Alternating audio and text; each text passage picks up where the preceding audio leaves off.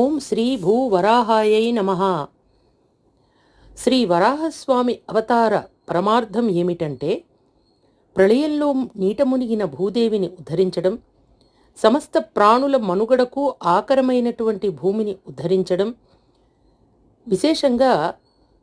హిరణ్యాక్షుని యొక్క కబంధ హస్తాల నుండి భూమాతను కాపాడటం, మహాట్టట్టహాసంతో భూదేవిని తన కోరలపై నిలిపి జలముల నుండి